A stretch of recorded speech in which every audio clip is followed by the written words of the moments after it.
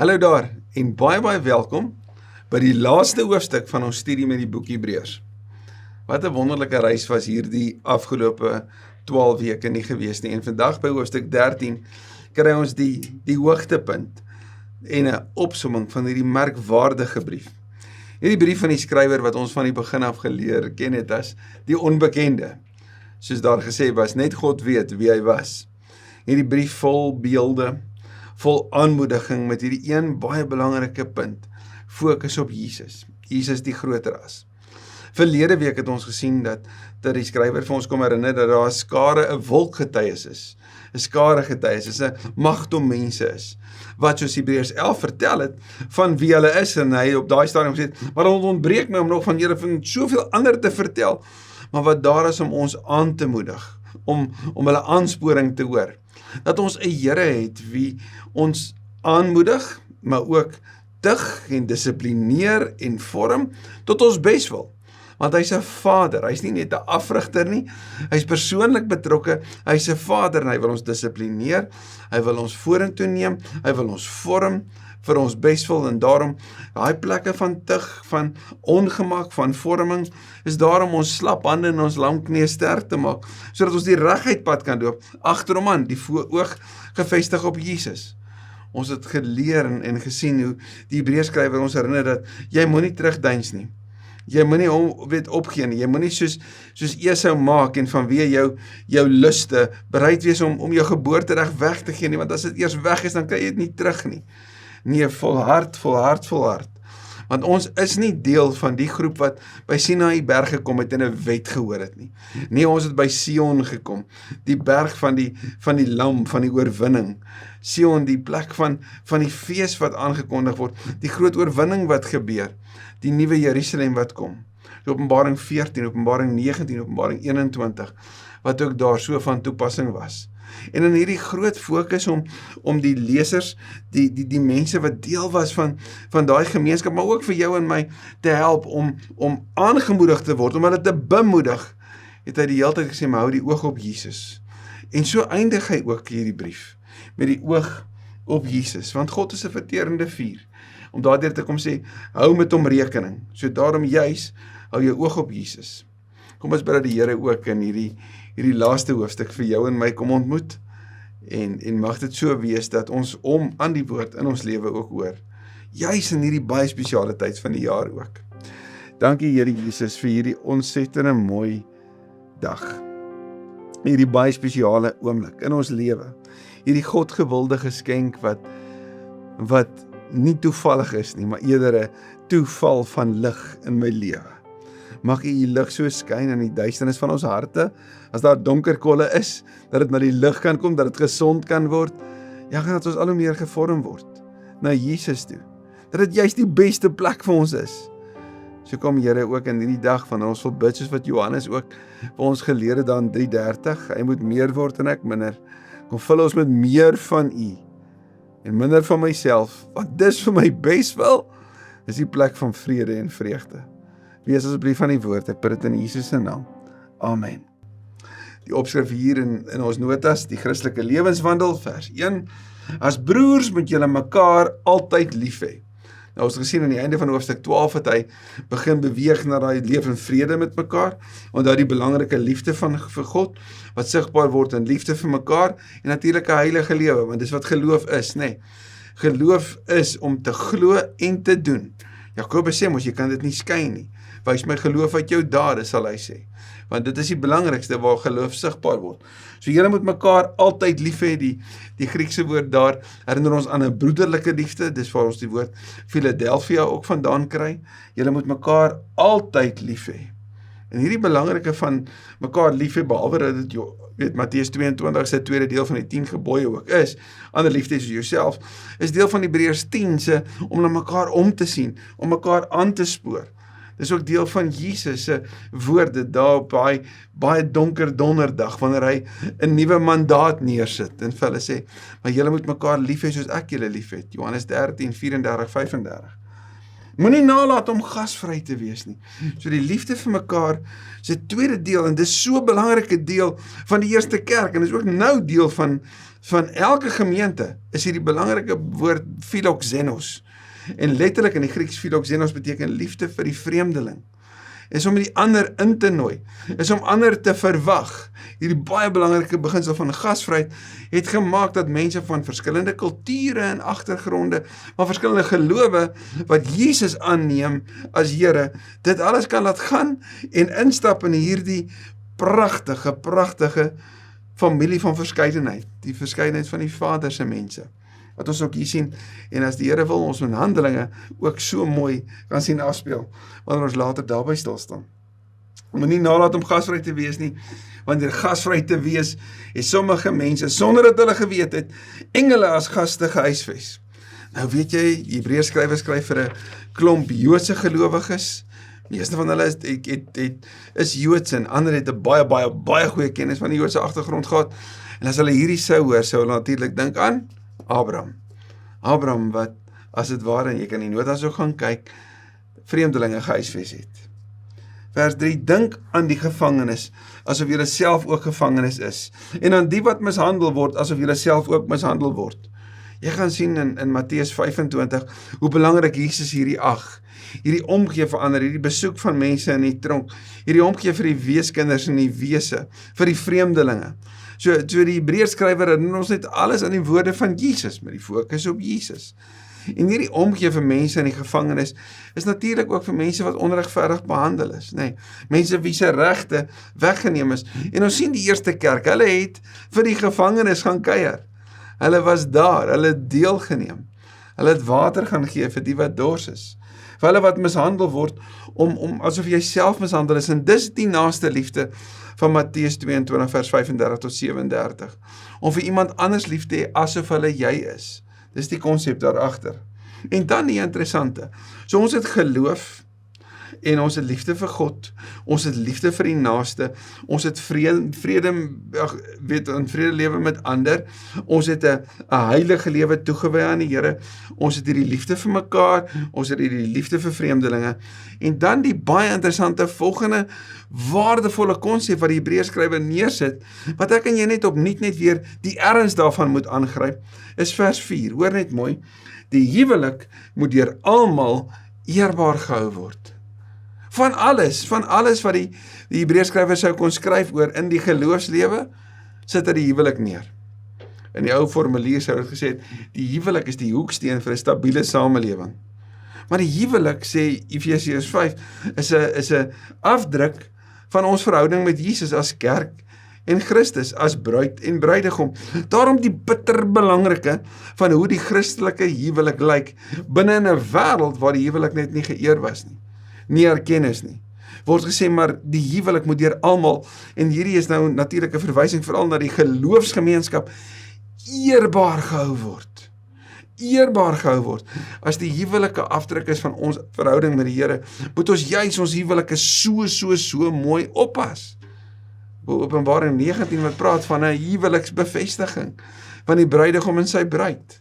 Hier sê die Hebreërskrywer, almal is die enkellopendes, maar ek sou ook vandag wou sê, ook die ander getroudes, moet ander se huwelike eerbaar hou, vir hulle bid, vir hulle ondersteun, né?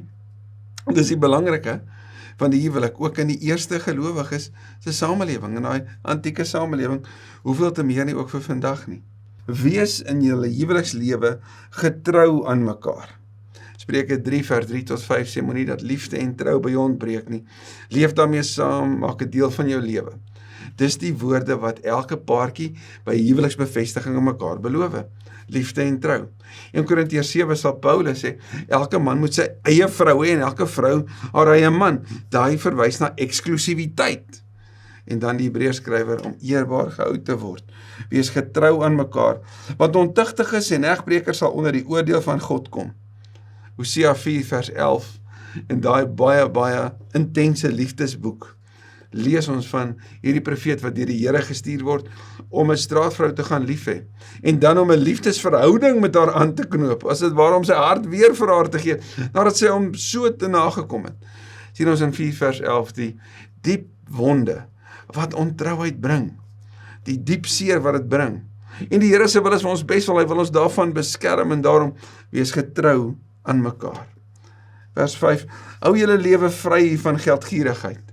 Ons sien dat Paulus juis hieroor skryf vir Timoteus, so asof hierdie geldgierigheid 'n groot probleem ook was vir die eerste gelowiges, die najag van geld, want geld maak dat dit wat ons van God af weghou, dat ons dit al hoe meer kan doen. Dis die groot gevaar van geld.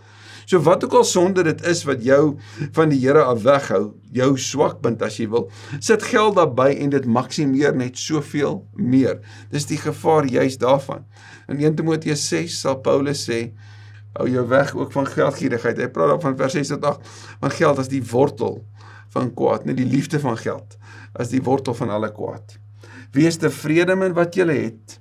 Dis die belangrike, die teenvoeter vir geldgierigheid, is 'n tevrede lewe. God self het gesê, ek sal jou nooit verlaat nie, en nooit in die steek laat nie, so daarom kan jy hom vertrou. Daarom is Matteus 6:33 waar, soek allereerst die koninkryk van God, hy sal vir jou alles gee. So leef vry van geldgierigheid, leef tevrede.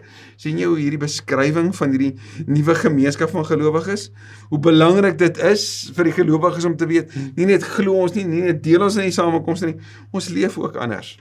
Nou hierdie is typies as jy gaan kyk na Efesiërs, na Kolossense se briewe, die beskrywing van 'n ou lewe en 'n nuwe lewe. Galasiërs, dan hoofstuk 5, 'n ou lewe en 'n nuwe lewe. En die belangrike van 'n nuwe mense, 2 Korintiërs 5:17, leef niet. Daarom kan ons met vertroue sê, die Here is my helper, ek ken geen vrees nie. Wat kan 'n mens aan my doen? So hierdie is eerstens 'n verwysing na Psalm 118 vers 6, die Here is my helper. Dis nou as ek tevrede is en weet dat die Here vir my sal sorg, maar dan ook 'n verwysing na Josua 1, jy gaan lees daar vers 5 en jy kan ook in Deuteronomium 31 gaan lees. Wat verwys na 'n vertroue in die Here. So ek kan op hom vertrou, hy is getrou, hy is my helper, daarom kan ek tevrede leef. So ek leef 'n lewe van liefde vir mekaar, liefde vir die vreemdeling, 'n heilige huwelikslewe en dan vry van geldgierigheid, 'n tevrede lewe. En dis nie mooi weer die aansluiting van hoofstuk 13 weer na terug, hoofstuk 11, hoofstuk 12, die fokus op of selfs hoofstuk 10 ook, van die aanmoediging vir mekaar. En ek en jy gaan sien in hierdie deel wat nou volg, dat dit eintlik 'n opsomming is van alles wat tot op hede gaan. Fokus op Jesus en sorg vir mekaar en kyk na mekaar, sien om na mekaar, sodat niemand verlore gaan nie. Dink aan julle voorgangers, wat die woord van God aan julle verkondig het. So dit verwys waarskynlik na die eerste apostels, die disippels, hulle wat vertel het, so dink aan hulle. Let op hulle lewenswandel tot die einde toe. Tot die einde toe beteken baie van hulle is nou nie meer saam met ons nie, op hierdie oomblik, as jy sou terugtreë in hulle wêreld. Hulle is al dood. Hulle het volhard tot die einde toe. Dink aan Paulus, 2 Timoteus 4, en volg die voorbeeld van geloof wat hulle gestel het. Paulus wat sou sê, volg my voorbeeld. Doen soos ek doen. Dis daai skare gelowiges van hoofstuk 12. Volg hulle voorbeeld. Jesus Christus, vers 8, is gister en vandag dieselfde en tot in ewigheid. So hy bly konstant, so die boodskap van die evangelie sal konstant bly. Hy wat hoofstuk 12 vers 1 sê, jy jou oog op moet hou, die begin en voleinde van ons geloof. Moet julle nie laat meevoer deur allerhande vreemde leerlinge nie. Die goeie is daarin geleë dat die hart deur genade versterk word, nie deur eetgebruike nie. En hier is nou die belangrike. Hou vas aan die evangelie wat dieselfde is, gister, vandag en môre, wat oor Christus gaan. Die goeie nuus van genade, wat lei tot nuwe lewe, en nie teruggaan na ou gebruike nie. Want hoeveel groter is die evangelie, nie as hierdie wet nie, dis weer is hy verwysing na Sinai, teenoor Sion, Sion is net soveel beter, so hou vas aan hom, moet nie terugkeer nie, moet nie terugval nie, en die belangrike hier, die allerhande vreemde leringe, dis vreemd aan die evangelie. Dit mag dalk bekend wees vir die Jode uit hulle vorige storie, maar dis vreemd aan die evangelie, dat jy vasgevang is in eetgebruike.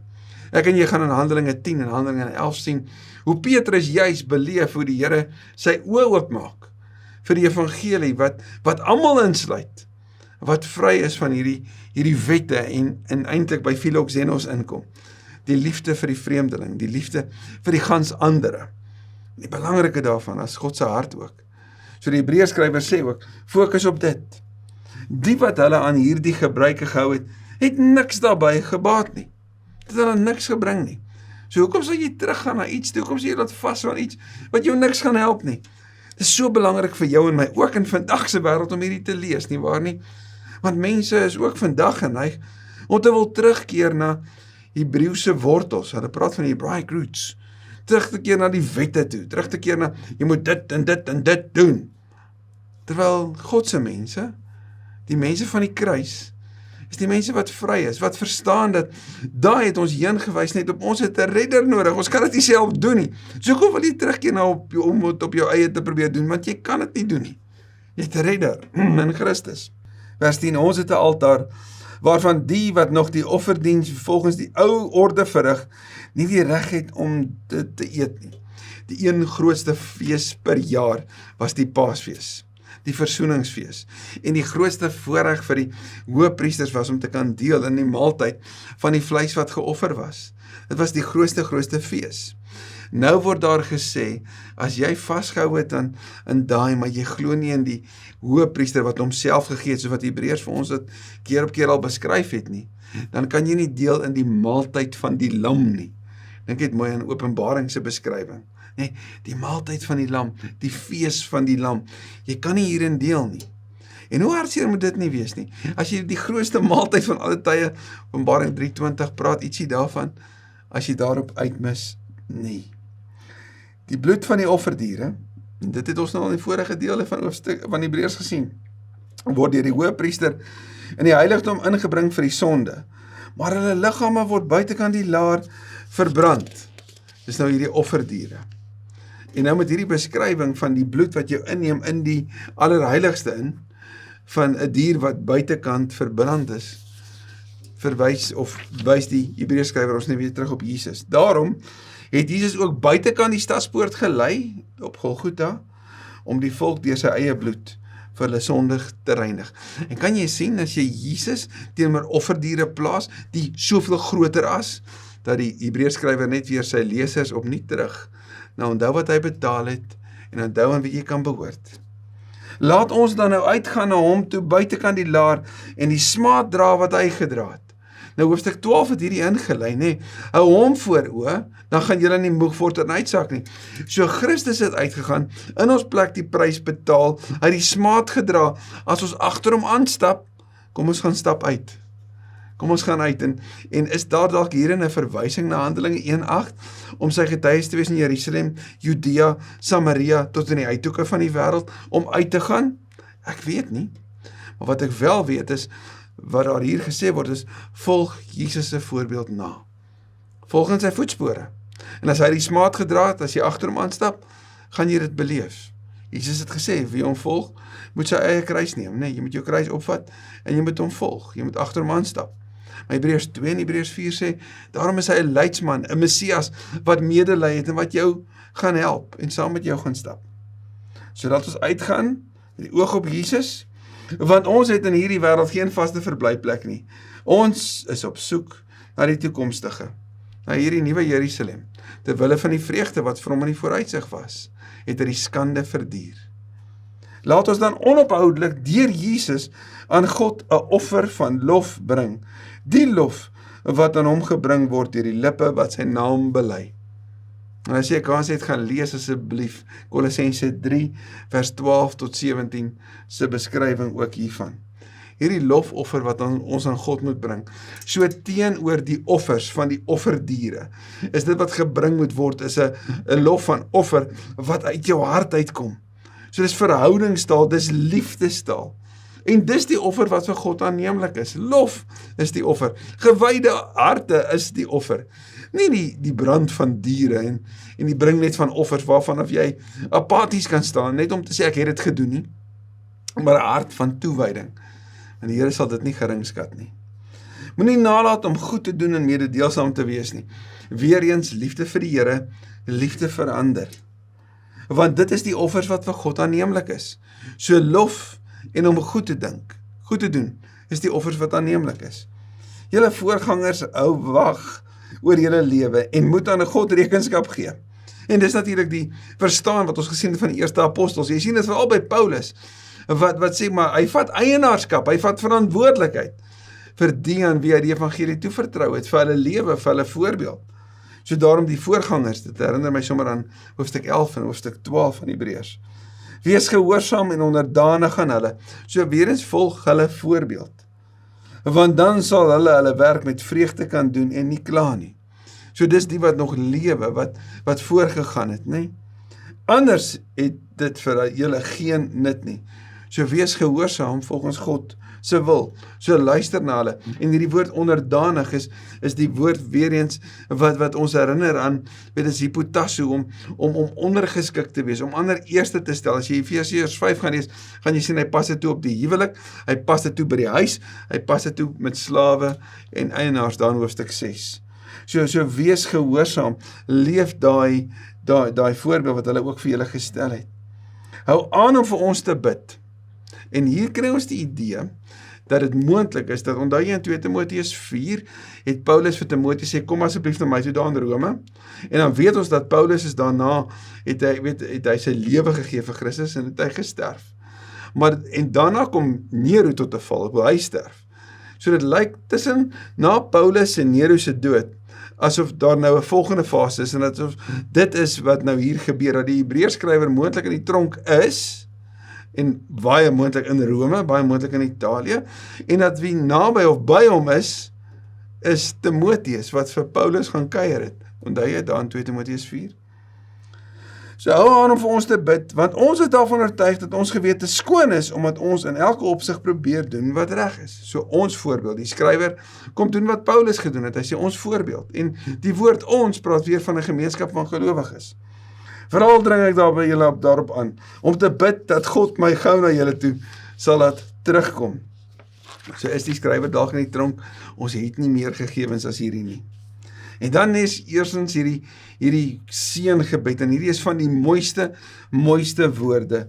Gaan vergelyk dit gerus met Numeri 6, daar vers 24 tot 26. Maar hoor net hierdie woorde, en as jy die woorde hoor, vergelyk dit met die taal wat jy nou al uit Hebreërs uit raak gelees het. God wat vrede gee. Dat Jesus die eerste woorde, Shalom, na sy opstanding, toe hy by die disippels inkom, God wat vrede gee, het ons Here Jesus, wat deur die bloed van die ewige verbond, die groot herder van sy kudde is, uit die dood teruggebring.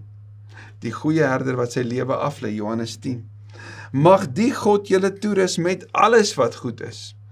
En ons sien in Efesiërs 4 dat toerusting gebeur vanuit die gawes wat hy vir die kerk gee. Ons sien in Timoteus dat die woord daar is om ons toe te rus, vir alle goeie dienswerk. So mag jy toerus met alles wat goed is, en die Gees natuurlik God se toerusting op ons lewe, sodat jy sy wil kan doen. En sy wil is om hom lief te hê en mekaar. Mag hy deur Jesus Christus in ons tot stand bring wat vir hom aanneemlik is. Kolossense 3:10, ons word al hoe meer verander na die beeld van Christus toe. So mag hy dit deur Christus doen, deur die verlossingsdaad van Christus, wat vir hom aanneemlik is. So mag ons die mense word wat hy ons geskep het om te wees, en dit is om hom bo alles lief te hê en mekaar lief te hê. Aan hom behoort die heerlikheid tot in alle ewigheid. Wat 'n mooi seëngroet is hierdie nie. En dan laaste woorde, wat ons net herinner aan die konteks van die skrywer.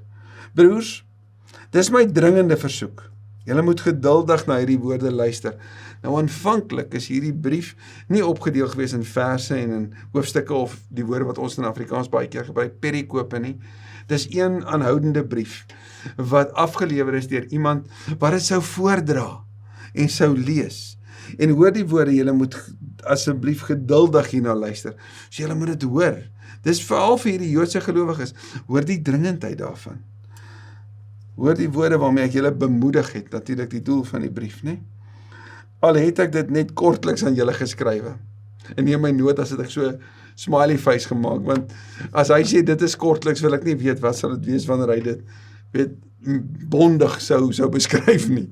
Want hierdie is intense woorde gewees, maar al het ek dit kortliks geskrywe. Julle weet seker al dat ons broer Timoteus vrygelaat is. So dit lyk of na Paulus se teregstelling en na Nero gesterf het, dat daar 'n tyd was wat gelowiges daar in Rome vrygelaat is. So ons is nou in daai era. As hy gou genoeg kom, bring ek hom saam wanneer ek julle besoek. So die skrywer is in afwagting van Timoteus se besoek en dat hy saam met Timoteus dan sal gaan na hierdie gelowiges toe. Daai woord saam is net weer daai belangrike woord van, dis hoe die kerkleierskap ook gewerk het. Lief vir mekaar, ondersteun mekaar, betrokke by mekaar, besoek mekaar, inspireer mekaar, leer mekaar, deel mekaar. Groete aan al die voorgangers en aan al die gelowiges. Die wat van Italië afkomstig is, stuur ook vir julle groete. Weer in sy beskrywing van wat waarskynlik die herkoms is van hierdie brief uit Italië uit. Die genade van God sal by julle almal wees. Genade hierdie geskenk. Ja, wat 'n mooi brief, né? Wat 'n volledige diep nadink oor Christus. Jesus die groter as die verbond van die ou. Hy bring 'n nuwe verbond. Groter as die Sabbat, want hy is die rus. Hy is groter as die hoë priester, want hy tree vir ons in. Hy is groter as die grootste offer, want hy offer homself. Hy is groter as Abraham, hy is groter as Melchisedek, hy is groter as Moses, hy is die groter as. Hy was gister, vandag en môre dieselfde. Hy is die begin en die volëinder van ons geloof. Hou hom daarom voor oë, dan sal julle nie geestelik moeg word en uitsak nie. Want God wat vrede gee, het ons Here Jesus deur die bloed van die ewige verbond, wat die groot herder van sy kudde is, uit die dood teruggebring. Mag die God julle toerus, met alles wat goed is, sodat julle sy wil kan doen. Mag hy in Jesus Christus in ons tot stand bring, wat vir hom aanneemlik is. Want aan hom behoort die heerlikheid tot in alle ewigheid. Amen. Dankie Here vir hierdie voorreg, en dankie vir hierdie brief. Ek bid so dat dit wat ons in hierdie tyd by U ontvang het, dat ons dit sal gaan deel met ander wat dringend nodig het om dit te hoor. Wat dringend U bemoediging nodig het, U aanmoediging nodig het. En as dit is, Here, dat U in hierdie tyd vir ons kom wys, dat ons nie van die samekomste van die gelowiges af moet wegbly nie, dan bid ek dat 'n tyd van terugkeer sal gebeur. Ja, terugkeer van hulle wat dalk afvallig geword het, dalk net apaties geword het, maar nodig gehad het om te hoor, keer terug en bring die ander saam. Ons het nodig, Here, om hierdie vergadering van gelowiges, hierdie gemeenskap, om dit intens te beleef, om daarin ook gevorm te word en om daarin deel te neem. Mag dit so wees, Here, dat dit juis 'n besondere tyd van hierdie jaar ook vir ons sal wees. 'n Nuwe tyd van al hoe meer vorming, omdat U dissipline en U tug juis vir ons beswil is. Ons het U lief, Here. Ons het U lief, hoor dit vandag. In Jesus se naam. Amen. Tot ons mekaar weer sien, bid ek die Here se vrede ook vir jou toe.